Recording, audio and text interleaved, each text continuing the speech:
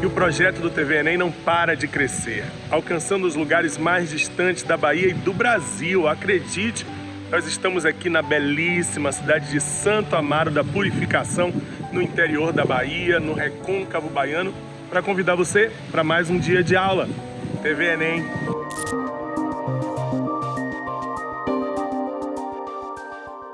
Olá, amigos e amigas. Hoje o nosso tema é a história do folclore brasileiro.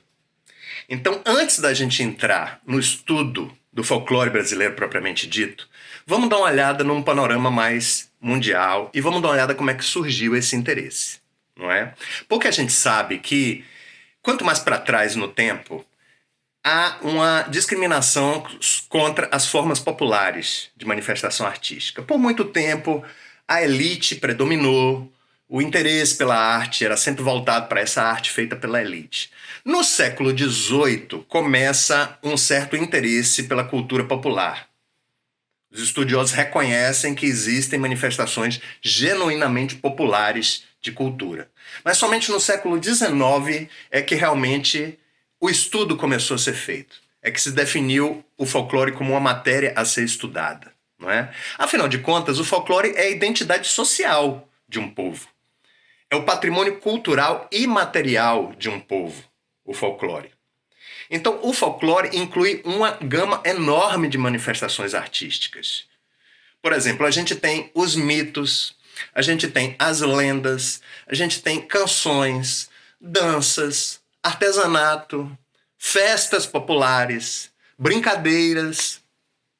A gente tem nessas festas algumas muito conhecidas nossas. O carnaval, por exemplo. Aqui no Nordeste nós temos o Congado, nós temos Folias de Reis, nós temos Festival de Parintins no Norte. Então o Brasil é muito rico em manifestações folclóricas. Por quê? Porque a gente sabe que o povo brasileiro permaneceu por muito tempo no analfabetismo. E esse analfabetismo faz com que apenas as tradições orais sejam passadas de geração a geração. E o folclore é exatamente manifestação oral. Aliás, existem alguns pré-requisitos para que a arte seja considerada folclórica. Por exemplo, a origem anônima. É necessário que haja a origem anônima da música, do texto, da poesia, do cordel. Existe a transmissão oral. Então entende-se que a transmissão oral é o que mantém o folclore vivo. A popularização coletiva. É necessário que aquele hábito, que aquele costume se popularize entre as pessoas da localidade. O surgimento espontâneo. Então o folclore ele nasce espontaneamente, de manifestações naturais do povo. Certo? Então, além dessas manifestações que eu já falei, existe também uma série de histórias contadas, né? Mãe para filho, de geração após geração, que acabou mantendo vivo esse tipo de arte, né? Então, por exemplo, existem algumas crenças que são bem populares, nós conhecemos algumas delas, né? Por exemplo, quem é que nunca comeu romã no Réveillon, para que o ano novo seja próspero? Colocar uma ferradura, pendurar uma ferradura atrás da porta para trazer sorte. No casamento, o buquê da noiva é jogado para que as outras tenham chance de se casar também. O gato preto se tornou também uma coisa meio mística, meio mágica. Então, a gente tem uma série de crenças que são bastante populares. Quando a gente fala uma coisa, ouve uma coisa que quer isolar, que quer afastar da gente, a gente bate 3 vezes na madeira. Então, nós temos hábitos que nem percebemos, mas que são altamente arraigados a essa manifestação popular de cultura, certo? Então, por exemplo, a literatura de cordel se desenvolveu muito no Nordeste brasileiro. A literatura de cordel vem de Portugal, uma tradição portuguesa de fazer pequenos textos, né, artesanalmente impressos, pendurá-los em varais nas feiras, daí o nome cordel, né, pendurados em cordões. E essa manifestação é claramente uma herança dos trovadores medievais. Você lembra que lá na Idade Média os trovadores faziam músicas sobre acontecimentos, sobre os heróis, sobre as figuras famosas. Então nós temos o nosso cordel aqui no Nordeste que faz a mesma coisa. Conta histórias de figuras famosas, de heróis populares. O cordel traz em si uma série de influências, como por exemplo trava-línguas, parlendas, uma série de outras coisas, de outras manifestações, de rimas fáceis, de versinhos curtos, que são incorporados pelo cordel, né? O cordel tem seu lado popular, mas ele também segue algumas normas. Por exemplo, o verso é sempre rimado. O verso é sempre rimado, ele tem sempre uma métrica curta, geralmente escrita em redondilha, 5 sílabas poéticas ou 7 sílabas poéticas em cada verso. Então o cordel se popularizou muito aqui no Nordeste, como uma forma de transmitir o conhecimento sobre acontecimentos famosos, né? Uma série de cordéis, por exemplo, sobre Lampião e a sua história. Uma série de cordéis sobre esses heróis do povo. Não é verdade? Bom, agora, as lendas, elas aqui no Brasil, elas ganharam muita força. Por quê? Porque a gente sabe que na época da escravidão, muitos filhos de senhores eram criados e amamentados pelas suas babás negras, as suas babás escravas. Então, o que é que acontece? Quando uma mulher dessa amamenta uma criança e fica com ela durante a infância, ela acaba transmitindo oralmente as suas histórias, as suas lendas, aquelas que ela trouxe lá do seu povo. Então, aqui no Brasil, nós temos influência de Portugal, principalmente, né? Muitas coisas ligadas à música, à dança, a manifestações populares no Nordeste vêm de origem portuguesa. Mas também nós temos origens nos índios. Falei do Festival de Parintins, por exemplo, no Norte. Nós temos origem na África. Então muitas dessas lendas que as escravas contavam para os filhos dos senhores, elas traziam lá da sua comunidade africana. Então acaba que se mistura. Acaba que essas lendas vão se misturando, a indígena com a africana, com a portuguesa, e às vezes nem sempre é pura a origem, é misturada. Então temos a história do Saci, temos a história da Iara, ou Mãe d'Água, temos a história do Boto, aqui no Amazonas, que se transforma num jovem sedutor para engravidar as garotas. Temos o Curupira, temos a Mula Sem Cabeça, o Lobisomem, o Boitatá. Agora, o interessante é a gente notar como várias dessas figuras mitológicas estão ali para defender a natureza. Por exemplo, o Curupira é o grande protetor da mata, da fauna e da flora. Ele tem os pés voltados para trás para que ninguém possa segui-lo. Então quem olhar as pegadas no chão vai achar que ele está indo numa direção, quando na verdade ele está indo para outra direção, porque ele tem os pés voltados para trás, né? A Mula Sem Cabeça, o Boitatá. O Boitatá também é o protetor das matas. A Mula Sem Cabeça, na verdade, era uma mulher que se casou com um padre e foi punida se transformando na Mula Sem Cabeça, entende? Então todas essas histórias foram contadas aos filhos dos senhores pelas suas babás escravas. Então assim houve essa penetração do folclore popular nas camadas mais altas da sociedade, na classe média, na classe alta, por conta dessas histórias contadas pelas escravas, certo? Agora, o folclore, gente, é uma coisa viva. É uma coisa viva, então ele vai se perpetuando. E é a coisa mais legitimamente popular que a gente tem.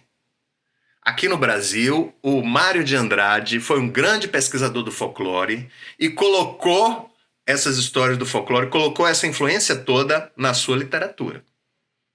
Então, meus amigos, aproveitem, desfrutem do nosso folclore, que ele é muito rico, muito valioso. E fiquem bem.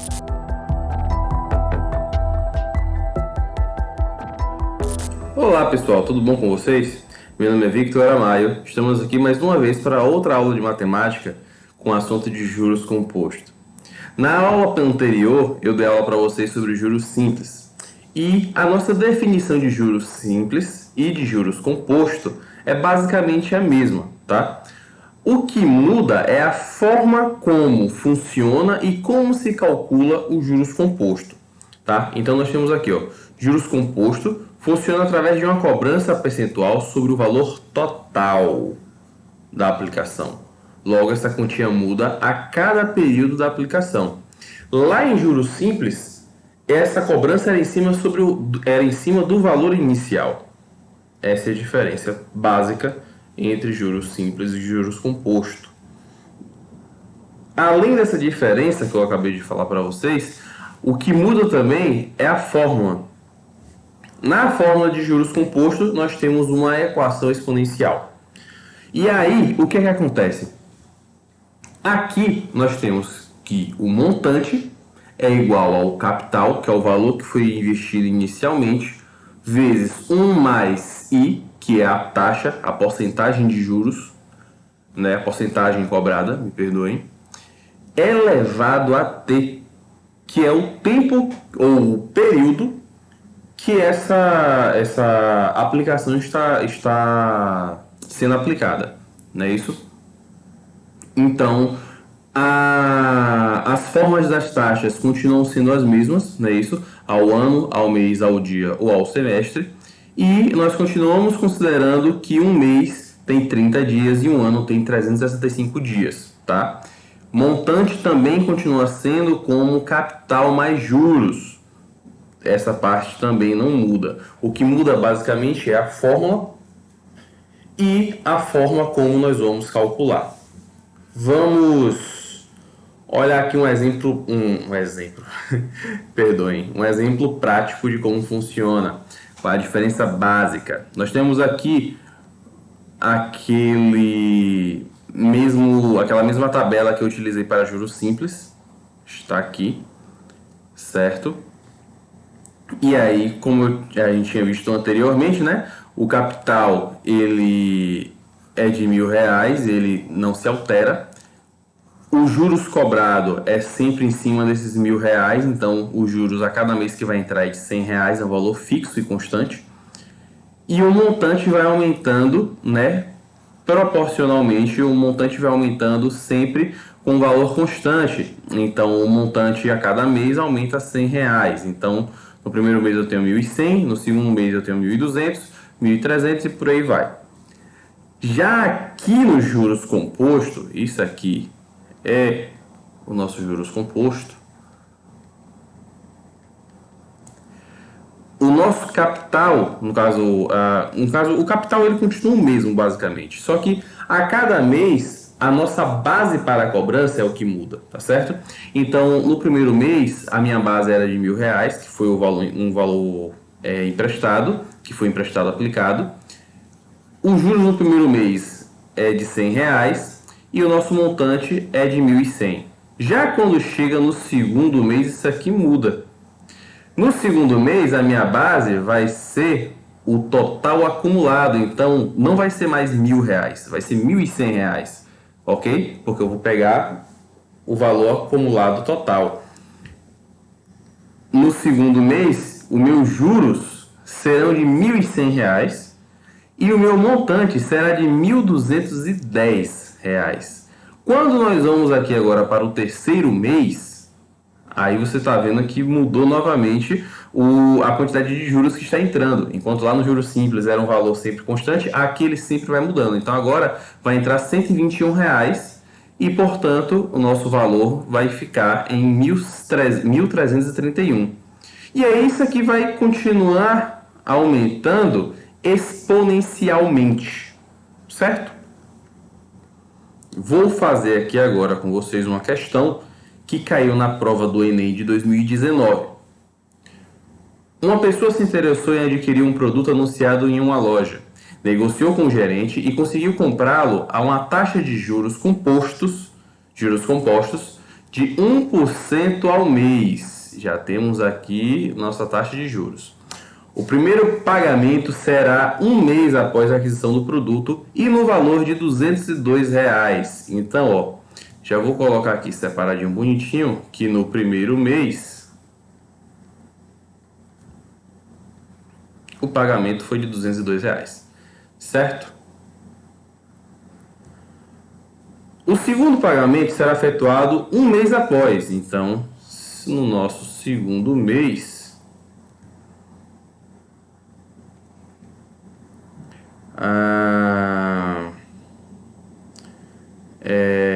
um mês após o primeiro e terá o valor de R$ 204,02. Então vamos anotar aqui que ficou em R$ 204,02. A parte chata de juros compostos é isso, viu? Que sempre dá um número decimal bem estranho e aí dá uma dorzinha de cabeça às vezes para calcular. Então vamos lá. Para concretizar a compra, o gerente emitirá uma nota fiscal com o valor do produto à vista negociado com o cliente correspondendo ao financiamento aprovado. O valor à vista em real que deverá constar na nota fiscal é de, para saber o valor à vista, eu tenho que saber o quanto que foi acrescido, né, em cada mês. Então vamos lá. No primeiro mês, eu tenho que o meu montante foi igual a 202. A minha taxa é 1%, porque a taxa não muda, né? E aí a gente já sabe aqui que isso aqui é 1 sobre 100. Ou, se vocês preferirem, 0,01. E o período é 1. Porque estamos falando do primeiro mês, né? Só aplicar a fórmula, minha gente. M é igual a C, abre parênteses, 1 mais I elevado a T. 202 é igual a C, porque é o que nós estamos procurando, vezes 1 mais 0,01 elevado a 1. 202 é igual a C vezes 1,01, ok?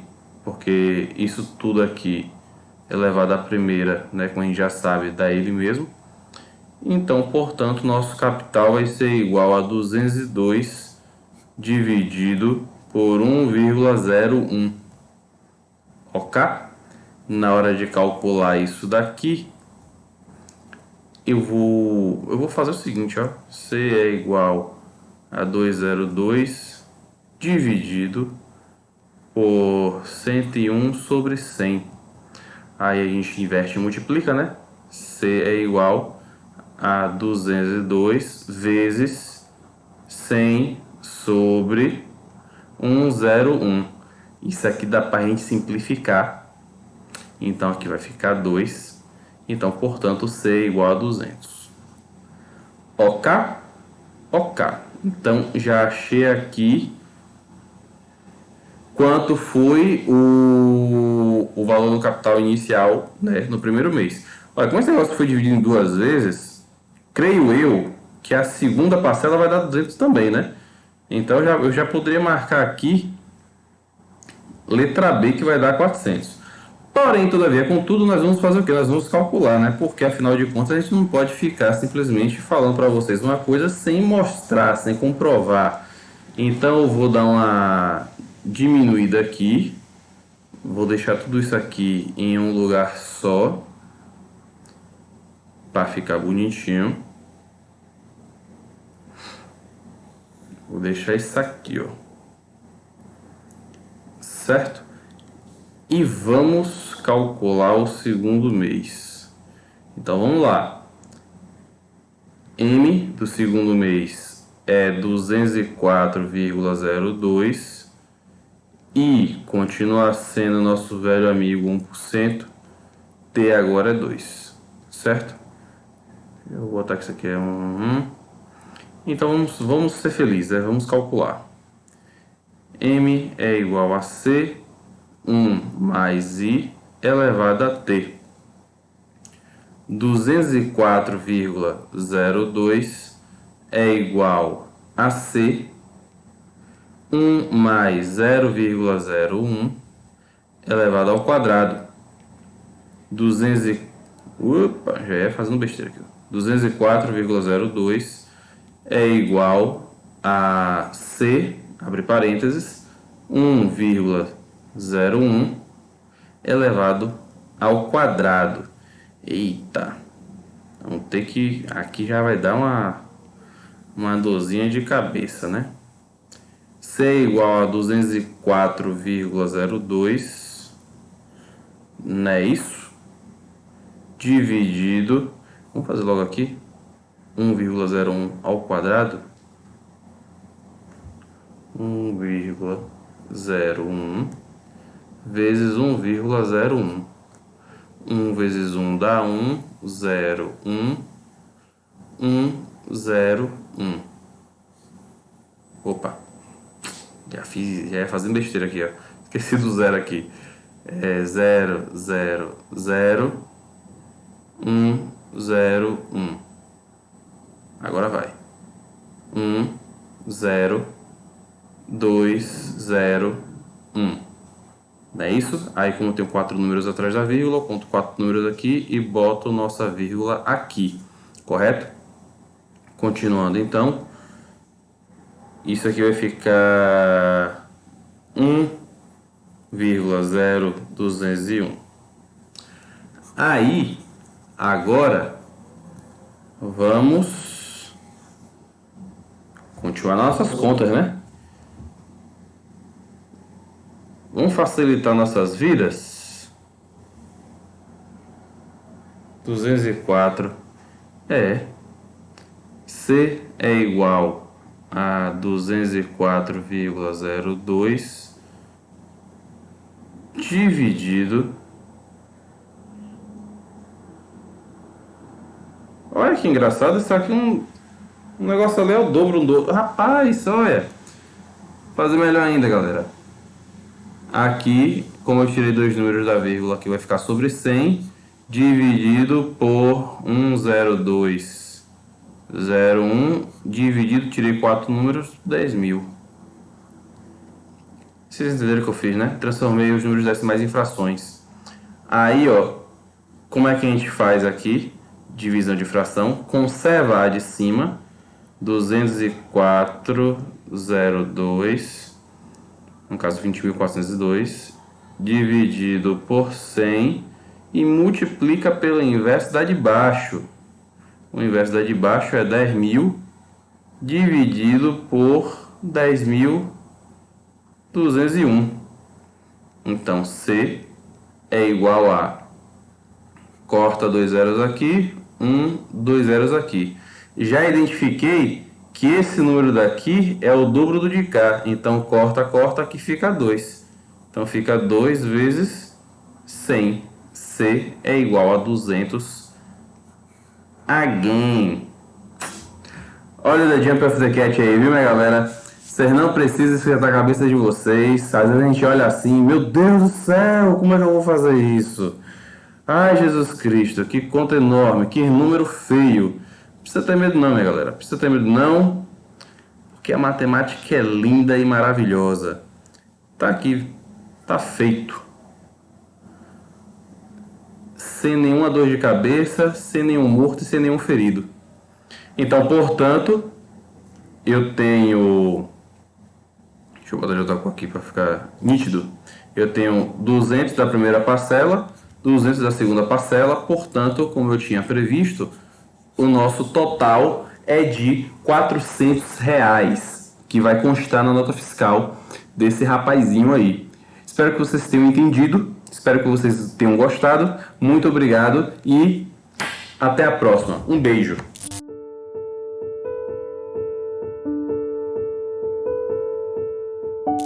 Fala, meu povo lindo! E aí, estão aproveitando as aulas da nossa TV Enem? Bom, eu sou Felipe Veloso, ator, e como vocês sabem, toda semana eu dou uma passadinha aqui nos intervalos da programação, sempre trazendo um conteúdo exclusivo preparado com muito carinho para vocês. Na edição de hoje, eu trago Mudando a Letra, onde eu apresento grandes canções em forma de dramaturgia. Espero que vocês curtam.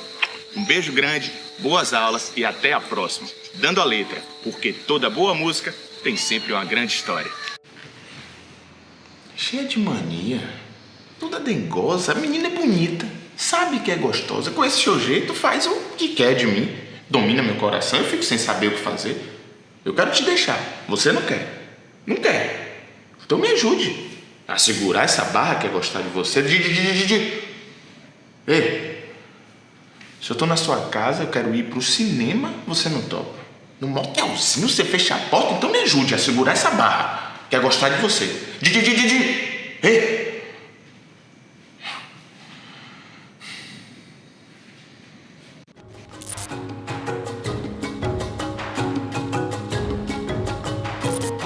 Olá, tudo bem?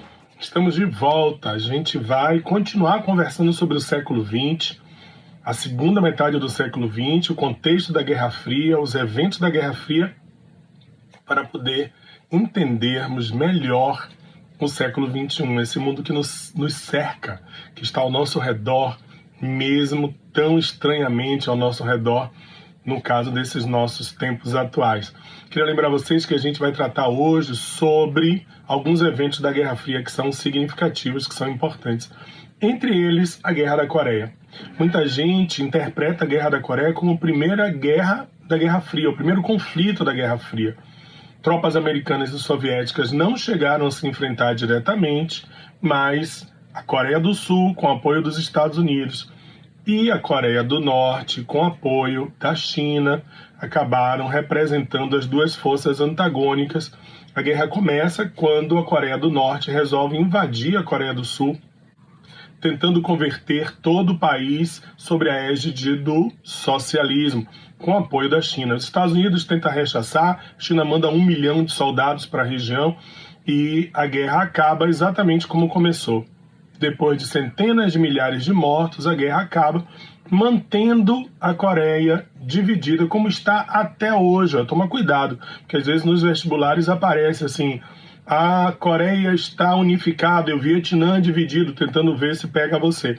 O Vietnã que está unificado e a Coreia continua dividida pelo paralelo 38 até hoje, separada por essa região, uma zona de exclusão, né, separada em Coreia do Norte, socialista, a última ditadura anacrônica, fora do tempo, né? Uma coisa absurda, parece um mundo paralelo à Coreia do Norte ainda em pleno século XXI. E do outro lado está a Coreia do Sul, um tigre asiático, uma economia pujante.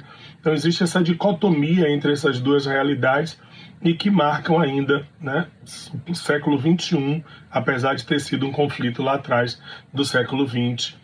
Em meados dos anos 50, mas é um episódio da Guerra Fria importante. Outra coisa que você precisa lembrar quando se fala de Guerra da Coreia é que é um confronto entre a Coreia do Norte e a Coreia do Sul, faz parte do contexto da Guerra Fria e foi a primeira vez que houve uma participação das tropas da ONU em um evento do século XX, a ONU, a Organização das Nações Unidas, recém-criada, ok? Isso aí, pessoal, é uma imagem bem atual. Você sabe que de vez em quando há umas bravatas, né, dos Kim Jong lá, dos líderes da Coreia do Norte, que fazem testes nucleares, que lançam foguetes sem a bomba, mas lançam foguetes sobre territórios ou do Japão, ou passando próximo à região da Coreia do Sul. Na verdade, é uma forma de criar uma tensão e atender algumas necessidades internas. Então, se você não me manda comida, medicamentos, tratores, eu continuo ameaçando com bombas nucleares. E assim essa geopolítica da região continua tensa até hoje. Um outro episódio da Guerra Fria é a chamada coexistência pacífica, uma tentativa do líder soviético Nikita Khrushchev, após um longo período de stalinismo, junto com o presidente norte-americano Dwight Eisenhower, de evitar uma guerra nuclear. Existia muita gente contra essa abordagem, mas assim, se tentou. Essa política da coexistência pacífica, de uma tentativa de aproximação entre Estados Unidos e União Soviética, o Khrushchev chegou a visitar os Estados Unidos, foi homem do ano da revista Time, da revista Life, acabou sofrendo reveses muito sérios, provocados por alguns eventos muito curiosos, como, por exemplo, o caso do avião U-2. U2, a banda U2, o nome da banda vem desse episódio. U2 é um avião espião, um avião que consegue sobrevoar em altíssimas altitudes, e assim ele não é facilmente identificado pelos radares. Só que houve a identificação de um avião americano sobrevoando o território da União Soviética, o avião foi abatido, o piloto capturado. Os americanos negaram até o último momento, até que o Khrushchev apresentou os destroços do avião americano, criando uma saia justa, uma situação muito tensa entre os dois países, por causa dessa história desse avião espião. Eu não sabia, soube recentemente que ele continua sendo usado, confesso a vocês. Esse é um episódio de 2016, quando um avião U2 se acidentou, e isso trouxe à tona de novo toda aquela discussão sobre a Guerra Fria. Um outro momento tenso da Guerra Fria foi o episódio da corrida espacial. A tensão leste-oeste provocada para saber quem primeiro dominaria, o espaço. E era uma corrida assim mesmo, uma competição de gato e rato, Estados Unidos e União Soviética. Os soviéticos colocaram primeiro nave em órbita da Terra, botaram primeiro o ser vivo em órbita da Terra, depois os americanos avançaram e lançaram, e os americanos no final das contas acabaram ganhando, porque a disputa maior mesmo era saber quem chegava na Lua primeiro. E a gente sabe que os americanos no final dos anos 60, com a Apollo 11, acabaram por colocar os primeiros homens, colocar os pés na Lua, embora esse seja um tema bem polêmico até hoje. Há quem discuta realmente se houve ou não houve essa chegada do homem à Lua. Eu acho que houve sim, eu não vou entrar muito nesse mérito dessa teoria conspiratória, não. Mas hoje americanos e russos, não existe mais a União Soviética, mas americanos e russos continuam correndo pelo espaço, embora sejam aliados em muitas pesquisas, nas plataformas que estão em órbita da Terra. Então aquela briga entre Estados Unidos e União Soviética pelo domínio espacial não se repete entre russos e americanos da mesma forma hoje. E hoje tem a China na jogada, os franceses e muitos países que já avançam nas conquistas espaciais. Mas um dos momentos mais cruciais da Guerra Fria veio da Revolução Cubana. Queria lembrar a vocês, Cuba era uma colônia da Espanha. Durante a Guerra de Secessão, que transformou os Estados Unidos num país que aboliu a escravidão definitivamente, colocou os Estados Unidos na égide do capitalismo, o avanço econômico dos Estados Unidos foi muito rápido. Tem filmes muito legais, como, por exemplo, O Vento Levou, esse clássico do cinema americano, mais recentemente o Cold Mountain, são filmes que se passam durante a Guerra de Secessão, a Guerra Civil Norte-Americana, que se dilacerou os Estados Unidos, deixou sequelas racistas até hoje em alguns estados do sul nos Estados Unidos. Por outro lado, alavancou os Estados Unidos para seu imperialismo, para suas questões econômicas mais ambiciosas. A doutrina Monroe, o desejo de dominar novos mercados, e Cuba estava ali no foco. Foi assim que os americanos provocaram uma guerra com a Espanha, a chamada Guerra Hispano-Americana, saíram vitoriosos da Guerra Hispano-Americana, garantiram não só um domínio econômico sobre Cuba, um domínio político sobre Cuba através da Emenda Platt, como garantiram um pedaço do território de Cuba, que é a base de Guantánamo, que até hoje está sob domínio dos Estados Unidos.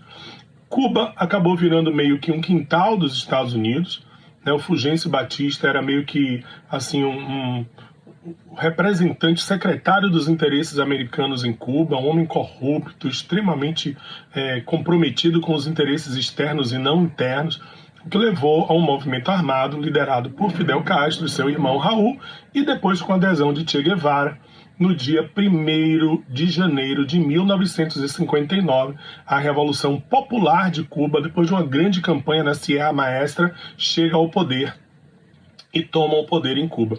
Inicialmente, Fidel dizia que não era socialista, de que era uma revolução popular, uma revolução verde, tropical, voltada para o povo, para a educação e saúde, mas foi progressivamente se aproximando da União Soviética.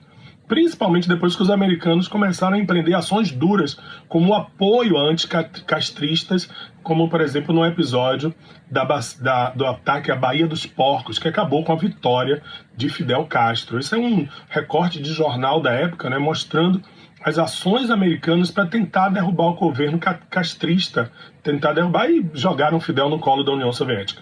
Fidel se declara do Bloco Socialista no início dos anos 60, as tensões crescem e Para surpresa dos americanos, um avião U-2 sobrevoando Cuba identifica bases atômicas, bombas nucleares sendo plantadas no território cubano. Vocês imaginem, pessoal, 90 milhas marítimas do território dos Estados Unidos.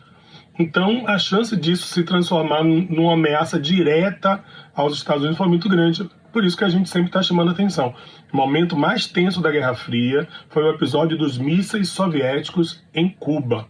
Acabou com uma negociação entre Khrushchev e Kennedy na época. A situação se pacificou, mas o clima ficou bem tenso. Tem alguns filmes que falam, até o X-Men, né, fala desse episódio, de como foi essa tensão que levou os Estados Unidos e a União Soviética quase à Terceira Guerra Mundial, galera. Quase a Terceira Guerra Mundial. E lembrar vocês que Fidel governou durante muito tempo, mais de 40 anos, né, renunciou recentemente, o seu irmão assumiu o governo de Cuba até 2017, quando os Castros definitivamente se retiram do poder.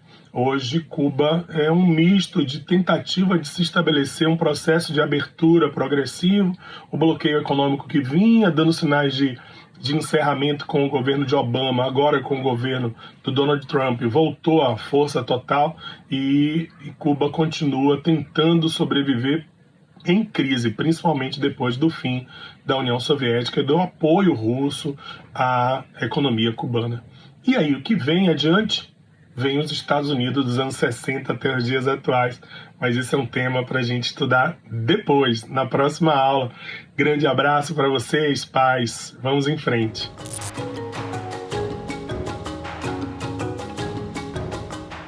Olá, humanos! Tudo bem? Estamos aqui mais uma vez. Meu nome é Renato Souza, sou professor de Química de alguns colégios de Salvador.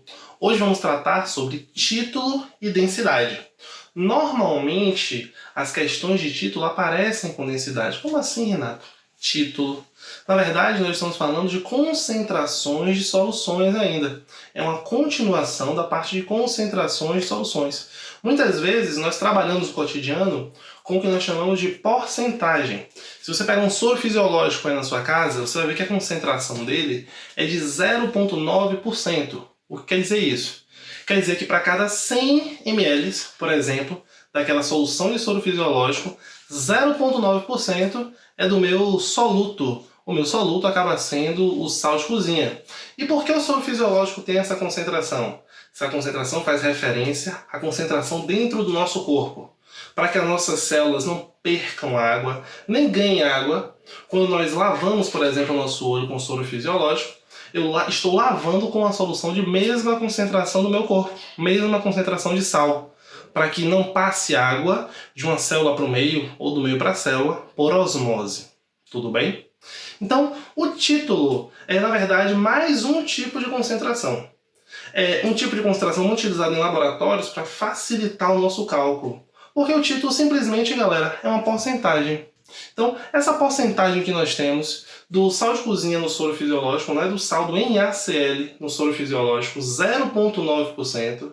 Se nós dividirmos isso por 100, vai dar 0,009, e isso é o que nós chamamos de título.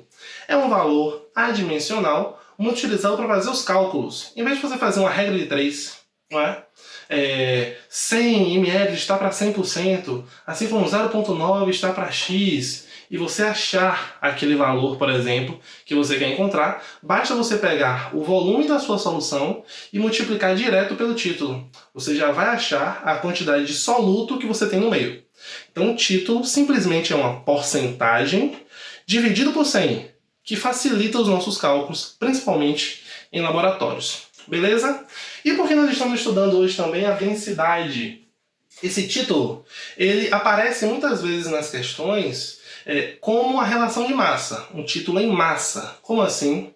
A porcentagem em massa que eu tenho do meu soluto para a massa, para 100% da massa da minha solução. Então, massa para massa.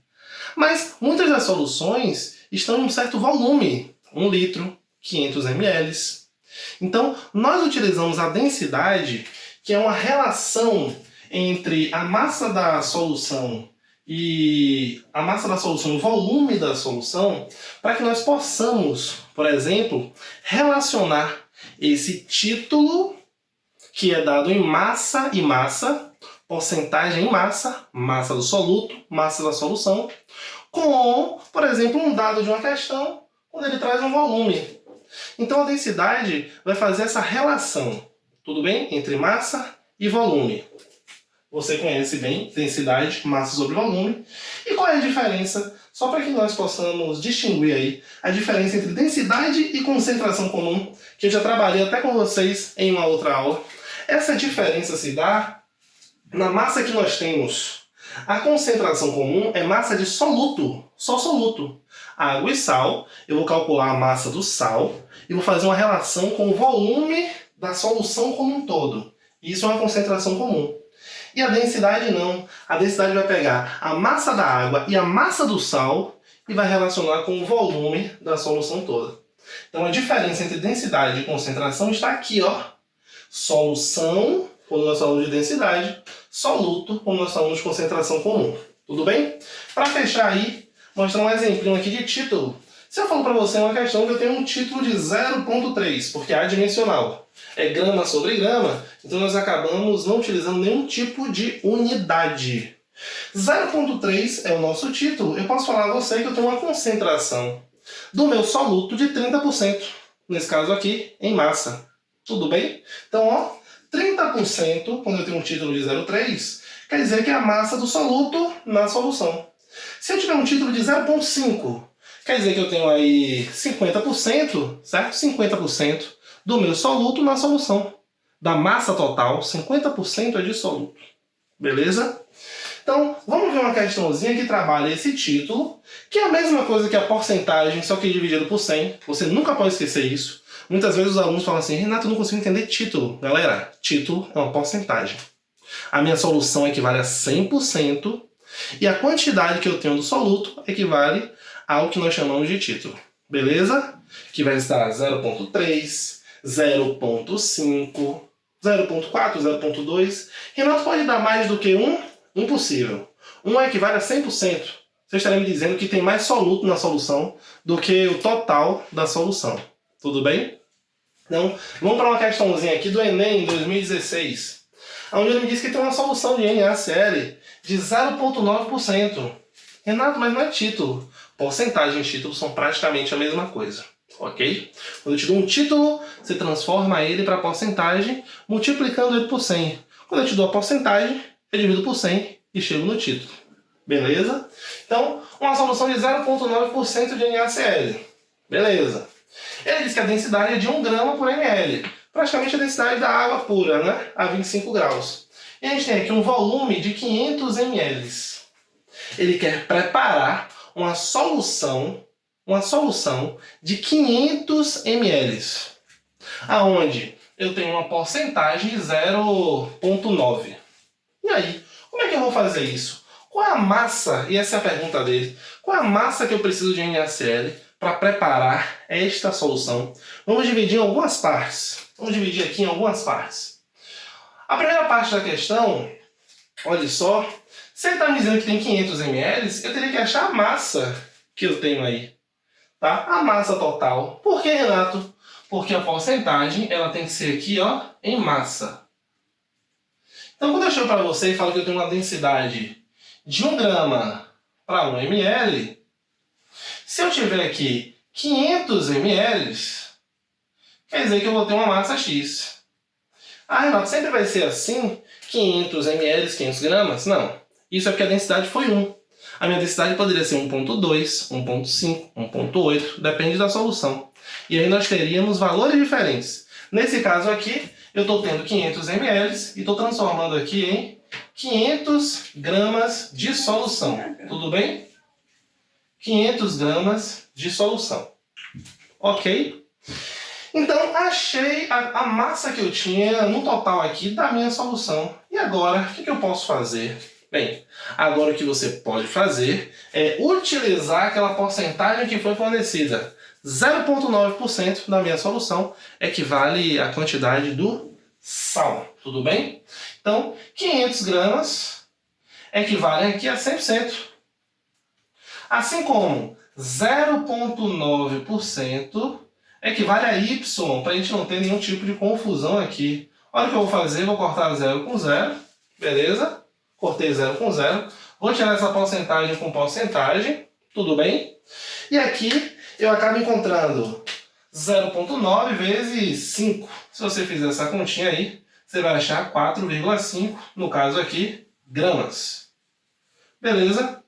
Na verdade, esse daí foi o nosso valor de sal, é a massa do sal, na verdade, que nós precisamos para preparar 500 ml de uma solução de 0,9%. Tudo bem? Sempre que aparecer o título, deve aparecer também a densidade para que nós possamos fazer essa relação.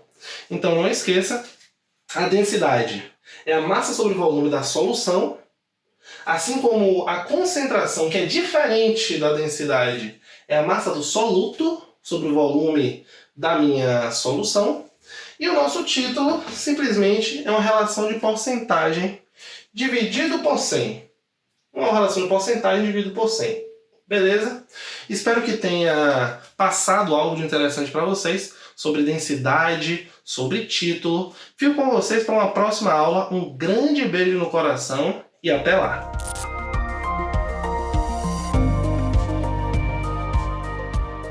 Olá pessoal, tudo jóia? Vejam só, nesse momento agora que a gente vai analisar a questão da classificação das propriedades de terra no Brasil, é fundamental que você fique atento à especificação dos tamanhos das propriedades para que a gente entenda um elemento muito importante do nosso espaço rural brasileiro, que é a desigualdade na distribuição de terra e a necessidade urgente de realização de uma reforma agrária. Atenção para outro detalhe também. Olha o termo que eu utilizei, reforma agrária. Toda vez que você ler o termo agrária, é porque isso está relacionado ao espaço rural do Brasil. Então, agrária e fundiária, que são sinônimos, está relacionado a espaço. Se eu falo agrícola, eu estou falando de produção. Então, se eu digo, o Brasil necessita de uma reforma agrária, porque a sua estrutura fundiária é desigual. É porque você tem pouca gente com muita terra e muita gente sem terra que precisa para produzir. Então, por isso, reforma agrária, por causa da estrutura fundiária mal distribuída.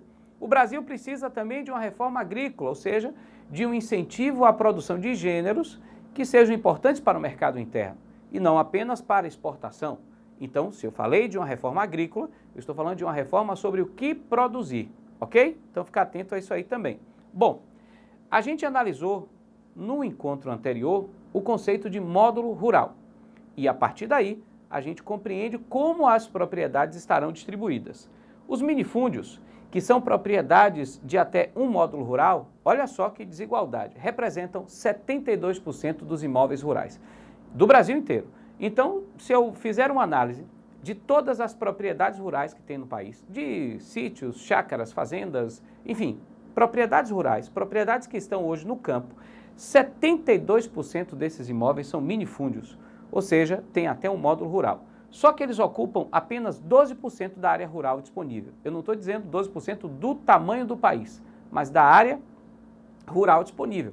Aquela área que pode, tecnicamente e legalmente, ser utilizada para agricultura. Eu não estou falando das áreas urbanas, eu não estou falando dos parques ambientais, eu não estou falando, por exemplo, daquelas florestas que são protegidas por lei para que não possam ser desmatadas. Estou falando do espaço rural disponível, apenas 12%. Em compensação, nós temos os famosos latifúndios por exploração. Não tem só um tipo de latifúndio, viu? Fique atento que a gente vai ver isso aí. Latifúndio por exploração são propriedade de até 600 módulos rurais. Começa em 2 e vai até 600 módulos rurais, mas a principal característica, eles não são explorados ou eles não seguem a regra mínima para exploração. Porque você tem que ter uma regra mínima. Não adianta você ter uma fazenda gigantesca, ter 2 vacas passeando pela fazenda e você falar que é criador de gado e que sua terra é útil para isso. Não, você tem que ter um número mínimo de cabeças de gado por módulo rural para que você defina que aquele espaço é utilizado. A gente não precisa entender sobre isso, saber dessas regras, porque isso é muito técnico, isso tem a ver com outro setor Para o vestibular, para as provas que vocês fazem, não. Mas esse conceito aqui, sim. Então, latifúndio por exploração, propriedades de 2 a 600 módulos rurais que são inexplorados, não são utilizados devidamente. Olha que desigualdade. Isso representa 23% dos imóveis rurais, quase um quarto dos imóveis rurais, mas ocupam 73% da área rural. Ah, professor, então significa dizer que, né, o Brasil tem 73% do seu espaço rural mal utilizado ou sem utilizar? É exatamente isso. E olha que nós somos campeões do agronegócio no mundo. Imagina só se a gente utiliza de uma maneira racional todo esse espaço disponível. Aqui, nitidamente, percebemos a necessidade urgente de uma grande reforma agrária, porque nós temos uma estrutura fundiária desigual. Ah, professor, e se o espaço for grande, mas se ele for útil? Então, imóveis explorados de forma racional, que segue a regra de exploração, que é devidamente organizado para produzir e que tem até 600 módulos rurais, ou seja, é do mesmo tamanho do latifúndio de exploração, eles representam 5% dos imóveis e 10% da área. Bom, isso não é injustiça do ponto de vista da distribuição fundiária. E são esses imóveis que vão ser responsáveis pelo nosso agronegócio, que é uma referência importantíssima para a nossa economia. Latifúndios por dimensão são aqueles superiores a 600 módulos rurais, mas que são devidamente utilizados para a produção. Só 0,1% dos imóveis, apenas 5% da área. Então o problema maior está aqui, nos latifúndios por exploração, que ocupam 73% da área sem produzir. E aí quando a gente analisa a discrepância com os minifúndios, que são 72% dos imóveis, que ocupam apenas 12% da área, é complicado. Por exemplo, nos minifúndios, a gente tem uma participação importante do que a gente chama de agricultura familiar, que vai produzir o alimento que vai para a nossa mesa e que vai dar muito emprego no campo e estrutura para aqueles agricultores mais pobres que vivem na zona rural. Então, para que a gente possa falar desse Brasil rural, é fundamental que a gente entenda que nós temos um país de grandes desigualdades em vários setores. No campo não é diferente. Temos essa necessidade urgente de fazer essas reformas para atender essa necessidade social que o país tem especificamente na zona rural. Mas a gente também tem do que se orgulhar e é fundamental que a gente fale sobre isso, que é a questão do agronegócio brasileiro. Bom, primeiro, fiquem atentos ao conceito de agronegócio. Quando a gente fala de agronegócio, a gente não está falando apenas de agricultura e pecuária. Agricultura e pecuária, o extrativismo, é setor primário. O agronegócio envolve os 3 setores da economia. Ele vai integrar atividades que são interdependentes. Por exemplo, uma fábrica de tratores é uma indústria, está ligada ao setor secundário, mas ela funciona por causa da agricultura. No entanto, ela faz parte do agronegócio. Uma indústria de defensivos agrícolas, os agrotóxicos, é uma indústria do setor químico, mas que está funcionando porque existe agricultura e pecuária, faz parte do agronegócio. Uma empresa de caminhões que transporta soja é setor terciário, é prestação de serviços, mas essa empresa funciona por causa da agricultura e pecuária. Então a gente integra tudo isso ao agronegócio. Se a gente analisar a participação no PIB, Produto Interno Bruto do Brasil, somente da agricultura, pecuária e extrativismo, isso gira em torno de 12% do PIB. Mas se você estende isso ao agronegócio, que vai envolver os 3 setores da economia, essa participação é muito maior, pode chegar até 21% do PIB. Então o agronegócio articula os 3 setores da atividade econômica. O setor primário, a agropecuária e a extração vegetal, né? Por exemplo, o corte de madeira, legal. O setor secundário, a indústria de equipamentos, de adubos e fertilizantes químicos.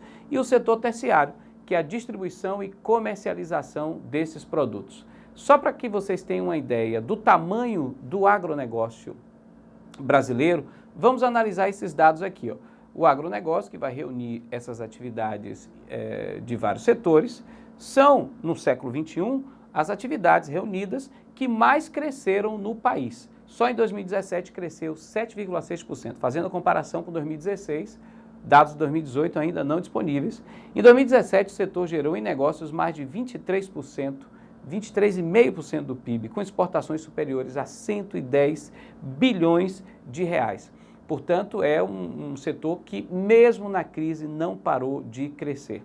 E sendo esse um dos setores hoje mais importantes da economia brasileira, com alguns problemas, como o que a gente sinalizou da distribuição de terras, mas também com orgulho para uma participação significativa na geração de emprego. E outro dado importante, esse setor não para de gerar emprego. No entanto, a maior geração de empregos é de empregos qualificados, de veterinários, zootecnistas, agrônomos, né? Até mesmo pilotos de avião, para atender, por exemplo, a demanda de fertilização e de uso de defensivos agrícolas na lavoura, ok? Daqui a pouco a gente continua em outro vídeo, conteúdos importantes sobre esse tema. Até a próxima. E aí, acompanhou, anotou tudo direitinho? Está seguindo a gente nas redes sociais, @TV Enem no Instagram, seguindo o canal do Escritório do Pensamento no YouTube e acompanhando a gente na TV aberta e na TV a cabo também. E não se esqueça, se inscreva no tvenem.com.br, é fundamental, tá tudo organizado lá, estruturado para você. Muita paz, muita luz e vamos em frente.